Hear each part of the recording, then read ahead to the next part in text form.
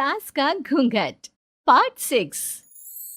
अब तक हमने देखा कि रात के अंधेरे में चुपके से सचिन देविका से माफी मांगने जाता है, लेकिन देविका कहती है, सचिन, मेरे लिए सबसे बड़ी चीज मेरा आत्मसम्मान है, इसलिए मैं तुम्हें माफ नहीं कर सकती। अब तुम यहां से जा सकते हो। देविका, एक बार मुझे मेरे बच्चे से तो मिलने दो। मैंने अभी तक उसे देखा भी नहीं है। कौन सा बच्चा सचिन?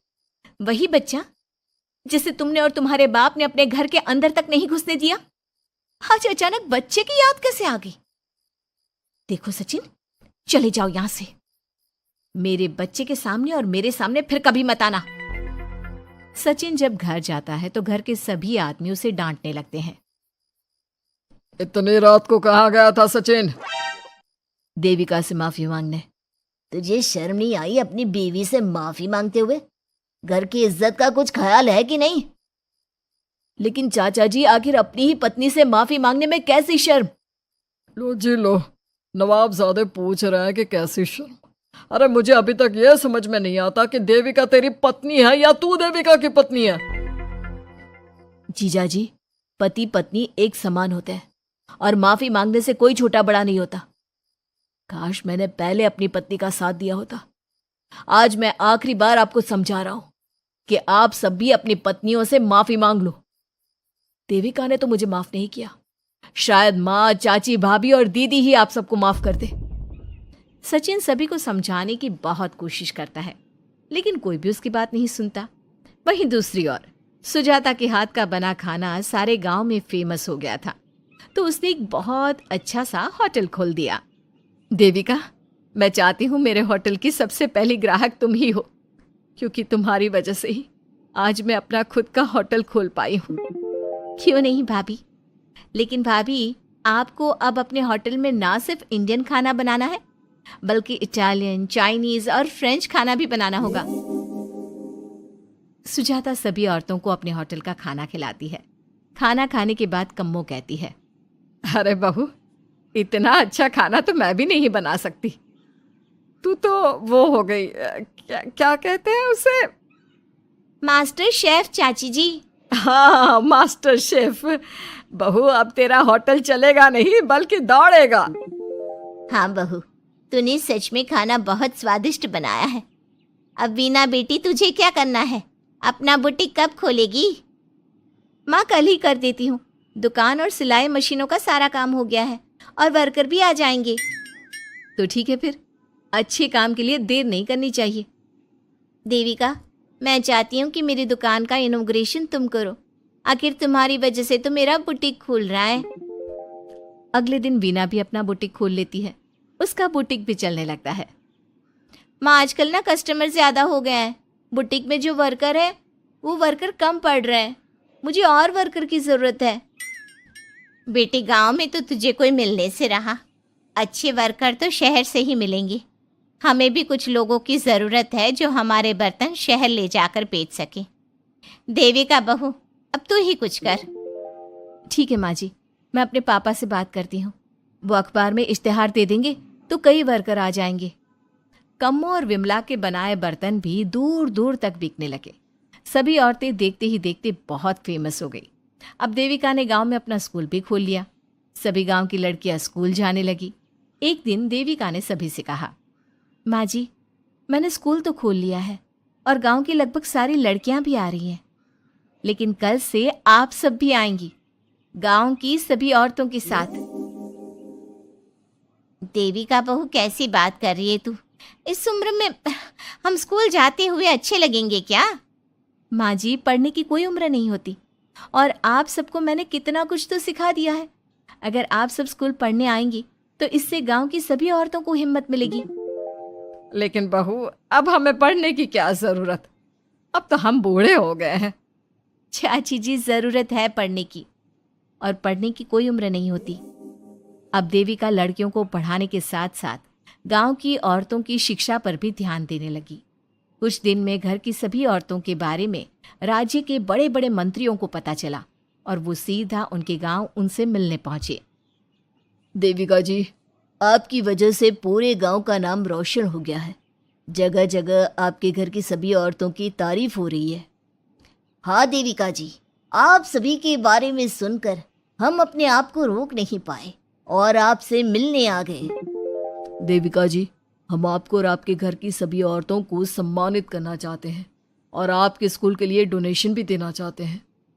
इस तरह मंत्री और गांव के सभी लोग देविका के साथ साथ उसके घर की सभी औरतों को प्रतीक चिन्ह देकर, फूलों की माला पहनाकर और शॉल देकर सम्मानित करते हैं। इसके अलावा देविका के स्कूल के लिए भी बहुत पैसा देते हैं। जिस पंचायत ने देविका के खिलाफ फैसला सुनाया था, उस पंचायत को अपने फैसले पर आज पछतावा हो रहा था। उधर घर के आदमियों की हालत और भी खराब हो रही है। बापू, चाचा जी, अब सचिन ने आपको समझाया था कि सबसे माफी मांग लेते हैं, तब आपने हमारी बात नहीं सुनी। अब देखिए, सभी का राज्य में कितना नाम हो रहा है। खुद मंत्री जी उनको सम्मानित करने आए हैं। बापू, मोहन और सचिन ठीक कह रहे हैं। हमारी हालत तो दिन पे दिन खराब होती जा रही है। ना तो हम घर का कोई काम कर पा रहे हैं और ना ही बाहर का। तुम लोग ज़रूरी बात सबसे आखिर में बताते हो। ये बात तुम लोग पहले भी तो बता सकते थे। भैया, हमें सबसे माफ़ी मांगनी चाहिए और सबको यहाँ बुला कर लाना चाहिए। ठीक है, तुम सब यही चाहते हो तो चलो, आज ही घर की सभी औरतों को घर ले आते हैं। घर के सभी आदमी चल देते हैं सभी औरतों से माफी मांगने के लिए। जैसे ही वो औरतों के पास पहुंचते हैं, सभी हैरान हो जाती हैं। कम्मो, ये सब यहाँ क्यों आए हैं? पता नहीं, लगता है आज फिर झगड़ा करने आए हैं हमसे। अगर आज कल्याण ने मुझे कुछ बोला तो इसे छोड़ूंगी नहीं मैं भी नहीं छोड़ूंगी मोहन जी को। ना इनका भरता बनाया तो मेरा नाम भी सुजाता नहीं। शांत रहो आप सब, देखने तो दो क्या कहते हैं। सभी आदमी अपनी अपनी पत्नियों से माफी मांगते हुए कहते हैं, कम्मो, मुझे माफ कर दो, मैं तुम्हें घर ले जाने आया हूँ। तुम्हारे बिना घर बहुत सुना लगता है विमला, घर चलो। सुजाता, मैंने जो भी तुम्हारे साथ किया उसके लिए मैं बहुत शर्मिंदा हूँ। मुझे तुम्हारी और तुम्हारे हाथ के बने खाने की बहुत याद आती है। तुम मेरे साथ घर चलोगी ना? वीना, वो घर मेरा नहीं तुम्हारा है और मैं नहीं चाहता कि तुम मेरी वजह से अपना घर छोड़ दो। इसलिए अपने घर चलो और हम सबको माफ कर दो। अपने पतियों की इस तरह माफी मांगने से सभी औरतें अपने पतियों को माफ करके उनके साथ जाने को तैयार हो जाती हैं। लेकिन देविका घर आने से मना कर देती है। सभी औरतें उसे समझाती है, देविका बहू, अब घर जाने में क्या दिक्कत है? मांग तो ली सबने माफी। देख तो सचिन भी कितना शर्मिंदा है। हाँ बहू, हमारी लड़ाई तो यही थी कि ये हमसे माफी मांगकर इज्जत के साथ घर ले जाए। अब घर चलने से तेरी शादी बच सकती है।